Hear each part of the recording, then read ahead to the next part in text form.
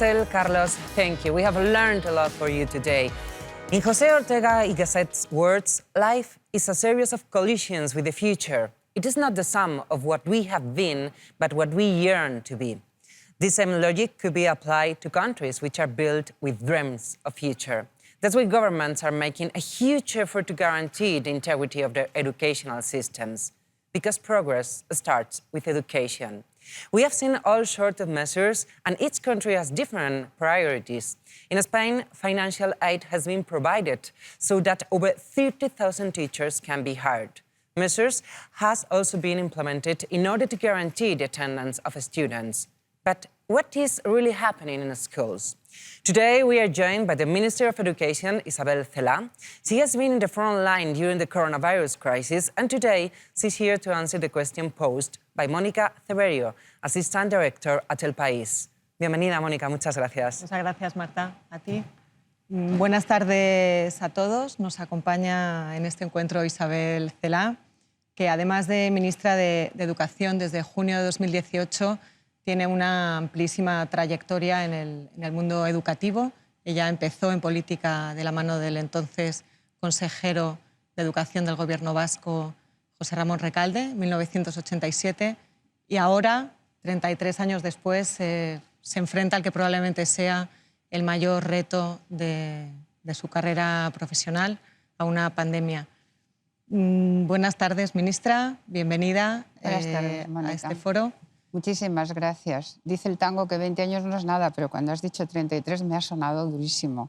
Es verdad, son 33. Así que muchas gracias por invitarme.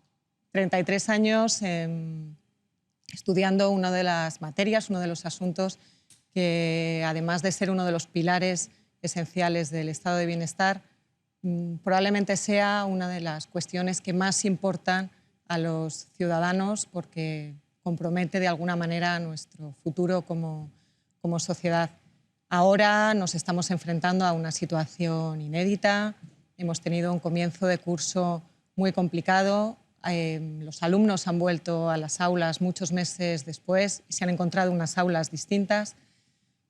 No sé cómo valora usted estas primeras semanas de curso académico, con todas las dificultades que han implicado para los alumnos, para las familias, para los profesores, para los equipos directivos de los centros. Bueno, pues lo valoro dentro de lo que es la preocupación de los tiempos tan duros en los que estamos viviendo, en tiempos en los que estamos luchando contra un enemigo invisible con toda claridad. Lo valoro positivamente en el sentido de que tenemos 8.200.000 alumnos en el sistema educativo, están todos ellos en sus aulas y están siguiendo la educación sin apenas incidencias. El 99% de las aulas están funcionando con normalidad. El otro 1% unas veces está cuarentenado, pero luego se levanta en la cuarentena y vuelven a las aulas. Por lo tanto, gracias al esfuerzo que hemos venido haciendo comunidades autónomas, el Ministerio, colaborando, coordinando, estableciendo protocolos de higiene y sanidad y, desde luego, estableciendo todo lo que es el proceso educativo, porque las condiciones higiénico-sanitarias son eso, condiciones necesarias pero no suficientes. Gracias a todo ello, gracias al esfuerzo del profesorado y de los alumnos que se están comportando como superhéroes en la lucha contra el COVID, podemos llegar a afirmar que efectivamente las incidencias son mínimas, porque que un 1% esté cuarentenado y el 99% trabajando realmente es una victoria. Cada día que pasa con las escuelas abiertas, que es nuestro objetivo principal, supone una victoria para todos, para la sociedad en su conjunto. La enseñanza no universitaria está funcionando bien. Durante estos días ha habido muchos padres que precisamente estaban protestando por la semipresencialidad, por entender que había muchas diferencias, no solamente entre comunidades autónomas, sino entre distintos colegios de una misma comunidad autónoma, incluso dentro de un mismo centro por parte de distintos profesores. No sé cómo se puede abordar esto, dado que hemos aterrizado, digamos, obligados en la enseñanza online de manera muy rápida, obligados por la pandemia. Efectivamente, de manera muy rápida, pero que en marzo efectivamente nos cogió más de improviso, estábamos más sobresaltados, pero ahora ya está mucho más organizada y va a estar mucho más organizada. De todas maneras, estas quejas de las familias absolutamente legítimas y además que son adecuadas para que haya correcciones. Es decir, que resultan interesantes porque hay que mejorar y hay mucho territorio de mejora. No se dan de igual manera en las distintas comunidades autónomas. Se concentran más bien en 2 o 3 comunidades autónomas en las que hemos de perfeccionar el tratamiento. Pero son las comunidades autónomas las que son competentes en esta materia, las que tienen que ofertar el servicio en las mejores condiciones. Y para ello el Ministerio no solamente ha puesto medidas encima de la mesa, sino que también ha puesto inversión. Es decir, ha situado 2.000 millones de fondo COVID, además de una mejora para la formación profesional que ha abierto 60.000 nuevas plazas, además de mejora en las becas también, además de un plan de Educa en digital. Y todas estas cuestiones configuran un sistema que claramente refleja la idea que tiene este Ministerio y este Gobierno en relación a la educación. La educación es la base de todo. Sin educación nada, no se soporta. Es el armazón de todo el edificio y el desarrollo de una sociedad. Y la educación requiere inversión. La educación española, el sistema educativo español, viene un poquito de lejos, viene desde muy lejos. Hemos pasado 7 años con recortes en educación, más en la educación pública, pero en la educación en general, y por lo tanto el paciente estaba débil cuando ha tenido que afrontar una crisis tan importante sanitaria como es esta pandemia. Hay que fortalecer al paciente de manera clara porque esto va a ayudar perfectamente no solamente al desarrollo personal de cada alumno, sino al desarrollo de la sociedad en su conjunto. Y conocíamos ya antes de la pandemia cuáles eran los males del sistema. La pandemia nos ha servido exclusivamente para levantar el velo. Hemos aprendido mucho durante la pandemia. Espero que este conocimiento y este aprendizaje no se nos olvide una vez de que las cosas vuelvan a la normalidad. Pero teníamos diagnosticadas las debilidades del sistema. Por cierto, debilidades en las que todas las fuerzas coincidimos en afirmar. El proyecto de ley que tenemos para el Congreso de los Diputados las apunta y apunta sus soluciones. La pandemia lo que ha venido a poner de manifiesto es la necesidad y la urgencia de, una vez tenido el diagnóstico, dar el tratamiento.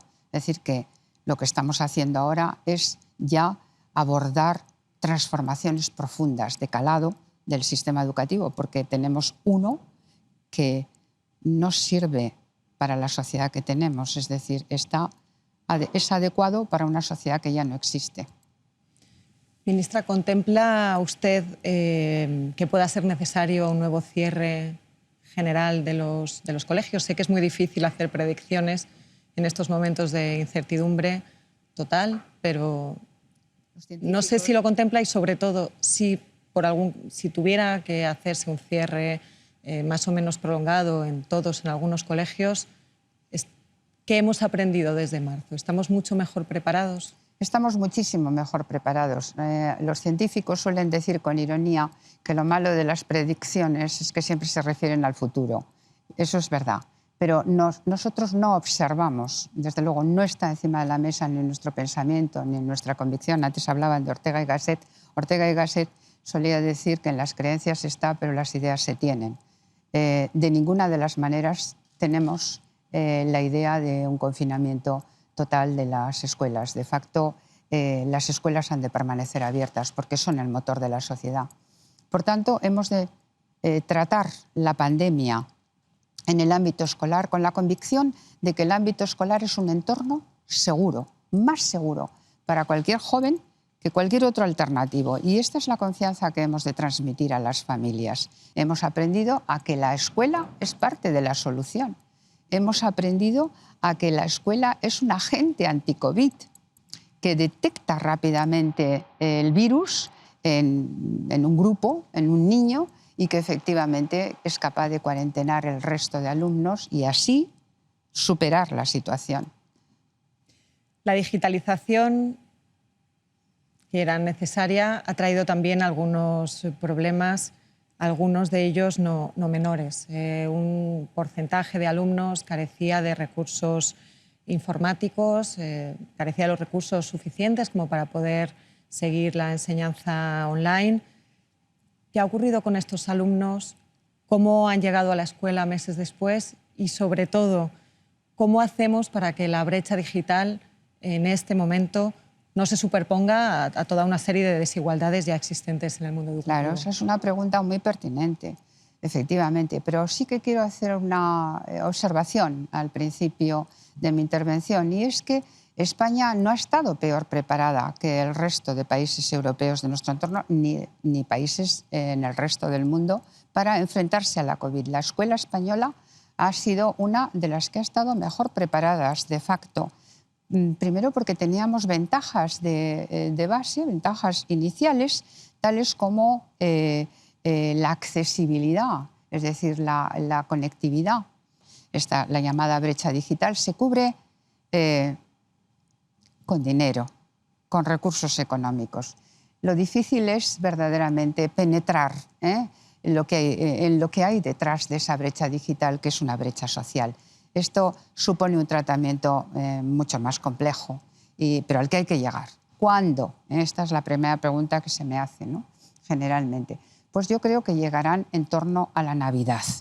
¿Por qué? Pues porque estamos hablando de un programa muy ambicioso, un programa robusto que nada más y nada menos va a consumir 230 millones de euros, de los cuales el 20% lo ponen las comunidades autónomas. El resto es Gobierno de España y fondos europeos, fondos FEDER.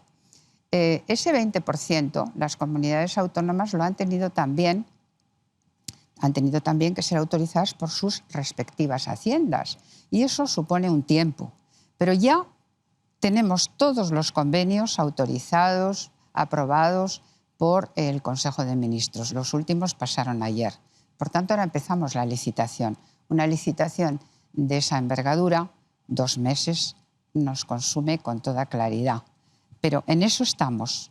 Por tanto, pero claro, tendremos equipamiento, tendremos conectividad, tendremos incluso desarrollo de habilidades, tanto en los alumnos como en el profesorado. Pero la educación no termina ahí. La educación trasciende todo eso, porque lo que pretendemos es formar talento, desarrollar el talento al máximo. Y eso significa generar ciudadanos competentes, activos, éticos y, desde luego, con capacidades digitales, ¿no? ¿Cómo cree que será el futuro después de la pandemia? Porque en el caso del teletrabajo, por ejemplo, parece claro que no vamos a volver, una vez que haya vacuna y que los espacios sean más seguros, no vamos a volver a esas jornadas interminables en las oficinas. Probablemente el futuro sea una mezcla de teletrabajo con trabajo presencial. En el caso de la escuela, ¿cómo cree que va a ser la educación después de la pandemia, sobre todo teniendo en cuenta que para la brecha digital, para la inclusión de alumnos desfavorecidos, la presencialidad es especialmente importante? Sí, la presencialidad es insustituible. Sin embargo, esa presencialidad va a estar acompañada de lo que significa la enseñanza online. Pero no porque la enseñanza online se vaya a producir en la casa y otra parte, sino la enseñanza online se va a producir dentro del aula también. Es decir, que no entenderíamos casi nada si pensáramos que la digitalización supone exclusivamente el trabajar delante de una pantalla. No, la digitalización es innovación a raudales, es decir, es la palanca más potente de innovación contemporánea que hemos podido, en fin, encontrarnos. ¿Por qué? Porque nos va a permitir hacer algo que queríamos hacer hace mucho tiempo, pero nunca podíamos llegar a hacer, que es el tratamiento personalizado del alumno. ¿Cómo? Tratando su diversidad. ¿Y por qué con la digitalización se puede? La digitalización nos provee de otros espacios, no necesariamente en el mismo aula de los 25 alumnos. Puede estar una parte ahí, una parte en la biblioteca, una parte en otro lugar, en otra institución. Y nos va a proveer de algo fundamental para esa personalización de la enseñanza, que es el tiempo individual que cada alumno requiere, porque tiene su propio ritmo de desarrollo de su talento. Y unos estarán más tiempo detenidos en una competencia y otros en otra. Por tanto, esta digitalización, que es pura innovación, que es una palanca de transformación impresionante, nos está obligando, nos impulsa positivamente a pensar, a reflexionar de otra manera en espacios, en tiempos, en arquitectura del propio centro educativo, no en aulas webera llamadas, sino en hiperaulas. Por tanto, nos va a permitir efectivamente llegar a esa personalización, que es la que permite precisamente que el alumno promocione, desarrolle su talento en pie de igualdad y sea una persona que pueda después enfrentarse a las eventualidades de la vida económica, de la vida activa.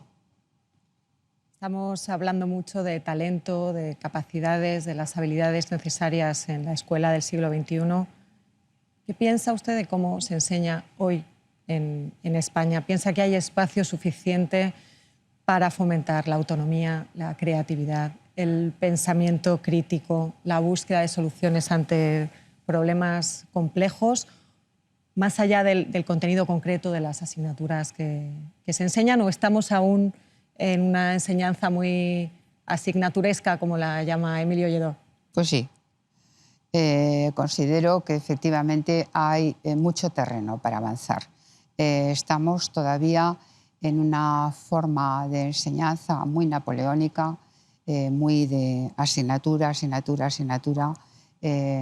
en fórmulas, incluso en configuración física de los centros, aula, con poca convivencia en el interior del centro.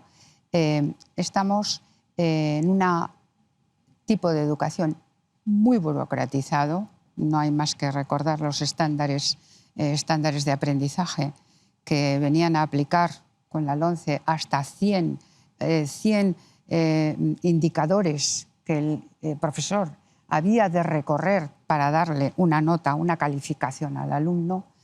Esto hay que superarlo. La mirada no puede ser esa. La filosofía del sistema es diferente. Estamos viviendo un tiempo nuevo que nos obliga a hacer las cosas de distinta manera y de alguna manera, y obviamente siempre hemos dicho, la crisis ha de servir para una nueva oportunidad. No hemos de entrar o de salir de una crisis por la misma puerta por la que entramos. Esto es fundamental. Entonces, en las corrientes contemporáneas, pedagógicas, incluso de la Unión Europea, nos invitan, obviamente, a tratar la educación de distinta manera, no tanto como asignaturas separadas, sino como ámbitos, no tanto como calificación numérica, sino como evaluación global. Y esto, obviamente, tiene su impacto, tanto en los tiempos como en los espacios. Así que la concepción, la filosofía, la mirada es diferente, ha de serlo. ¿Cree que debería haber nuevos mecanismos para garantizar la formación continua del profesorado? ¿Qué prioridad marca usted para reforzar el papel de los docentes? Sí, claramente. Es decir, el profesorado es clave. El destinatario último de la educación, lo sabemos, es el alumno. Por lo tanto, toda la educación, todos los servicios han de estar para él, para el alumno, para la alumna. Pero el profesorado es el alma del sistema educativo. Son el alma del sistema educativo. Por lo tanto, a un profesorado de calidad le corresponde un sistema de mayor calidad todavía, porque ha podido organizarse. Este cambio, obviamente, del que estamos hablando, supone también tocar la carrera profesional. Los profesionales, lejos de algunos comentarios que se han producido, que han podido ser muy excepcionales, muy discrecionales a veces, el profesorado se ha volcado durante esta pandemia, durante el último trimestre del 19-20, y el profesorado se está volcando en el comienzo de curso. Es decir, han surgido, ya había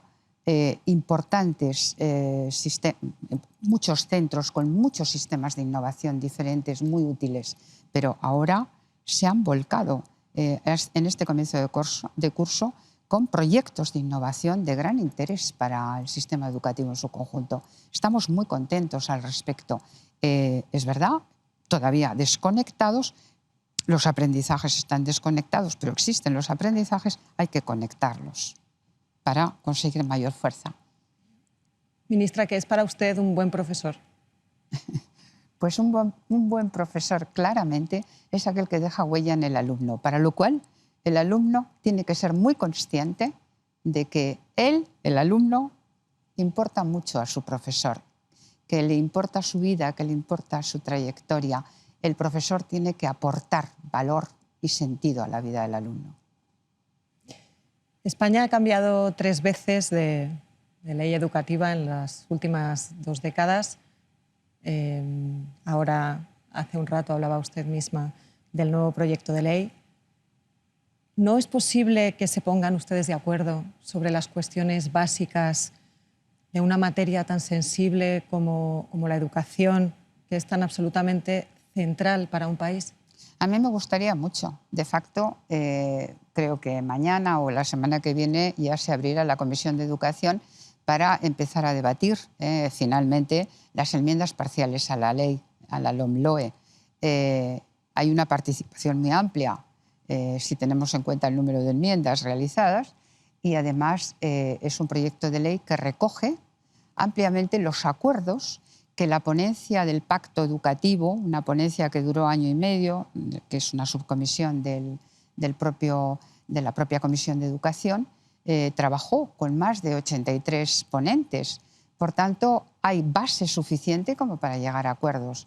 Claro, si hay fuerzas políticas que se autoexcluyen sobre pretexto de que hay 2 cuestiones con las que no pueden estar de acuerdo nunca, pues esta es una pena. Es una pena porque esas 2 cuestiones, esas 2 cuestiones pueden ser liberadas, pueden ser apartadas con un voto particular, pero entrar de lleno en lo que significa los nuevos tiempos, lo que significa la necesidad de modernización del sistema educativo. Es muy importante lo que se ha producido también con la pandemia. La pandemia ha permitido a la educación escalar puestos en la agenda social y política. Es un desafío para nosotros como sociedad mantener esas posiciones, porque los sistemas educativos de más alto rendimiento son aquellos que han podido convencer a sus sociedades de la importancia de la educación. Y para esto necesitamos también que los medios de comunicación, que la sociedad en su conjunto, que las familias se incorporen al debate. Por eso yo veo muy positivo que las familias que ahora se sientan que han de mejorar en la atención educativa, lo hagan, que lo pidan. Es legítimo pedirlo para que efectivamente se logre. Y yo siempre digo que los medios de comunicación son necesarios siempre, obviamente, pero en la tarea que nos traemos entre manos, que es proyectar el proyecto, valga la redundancia, de modernización del sistema educativo a la sociedad, yo los necesito. El Ministerio de Educación y Formación Profesional los necesita. ¿Hace usted, como partido, más que como ministra, alguna autocrítica en relación a la falta de este pacto educativo global durante décadas? ¿Del pacto educativo? Sí. Pues la verdad es que no puedo hacerla. No puedo hacerla porque vamos a ver, la educación es efectivamente un sistema complejo, como todo el mundo sabe, donde tradicionalmente se vuelcan las distintas ideologías. Yo no hablaría tanto de pacto educativo como de suma de acuerdos. Y lo que sí digo con toda rotundidad es que en España, como en el resto de países de nuestro entorno, pero en el sistema educativo español, hay muchos más puntos de acuerdo entre todas las fuerzas políticas que de desacuerdo. Es decir, estamos todos de acuerdo en que hay que mejorar el abandono escolar temprano. Estamos todos de acuerdo en que hay que modificar el currículum, que lo tenemos muy enciclopédico, y hemos de pasar a un currículum competencial. Estamos todos de acuerdo en que hay que tocar la carrera docente y que hay que bajar el número de repeticiones. Estamos todos de acuerdo en muchas cosas importantes que son transformación en la digitalización, por ejemplo. Por tanto, ¿por qué no hacer una suma de acuerdos en relación a todo esto que supone una transformación profunda del sistema educativo, y en aquello que no estamos de acuerdo, que pueden ser dos cosas o dos cuestiones, por importantes y legítimas que sean, sencillamente dejarlas al margen? ¿Cómo cree que afectará a los alumnos lo que están viviendo en este momento, la situación de emergencia Pues yo sanitaria? creo que los alumnos han crecido mucho emocionalmente. Es decir, a veces cuesta muchos años a generaciones de jóvenes diferentes llegar a la maduración con la que han venido los alumnos al curso 2021. Una maduración que claramente han adquirido a lo largo del último trimestre del 19-20. Hoy en Navarra, cuando fui al comienzo de curso, que a un alumno decir, tuvimos ahí un encuentro, y oí decir, no sabíamos qué felices éramos cuando veníamos todos los días a la clase. Esto es importante porque significa toda una transformación emocional del alumno en relación a la educación. Es decir, la ve como un bien escaso, como un bien a valorar, y por lo tanto su actitud hacia la educación es tremendamente positiva, lo cual es importantísimo como base de aprendizaje. Última pregunta, ministra. ¿Qué es para usted la educación? La educación, aparte de haber sido toda mi vida y ser, obviamente, lo que yo creo que fundamenta y desarrolla al ser humano para enfrentarse a la vida, la educación es el andamio, ¿no? Es el andamiaje que te construye por dentro. Por eso es tan importante que los alumnos salgan del centro, salgan del colegio, salgan de la escuela con la autoestima bien alta. La educación es eso, es desarrollo del talento personal, siempre diferente. Por lo tanto, hay que atenderlo individualizadamente. Es herramienta de igualdad, porque supera cualquier condicionamiento de origen, y desde luego es puerta a la economía. Con la educación traspasamos la puerta a la economía y aspiramos a mejores empleos y mejores salarios. Pues muchas gracias, ministra, Muchísimas por participar gracias. en este foro, Mónica. que, como decíamos al principio, nos toca a todos. Todos hemos sido alumnos, todos tenemos hijos, nietos, Exacto. sobrinos, amigos que están ahora mismo en un sistema educativo en el que confiamos para formar a los ciudadanos de mañana. Muy bien. Muchas gracias. Muchísimas gracias, Mónica. Muchísimas gracias. Ha sido un honor.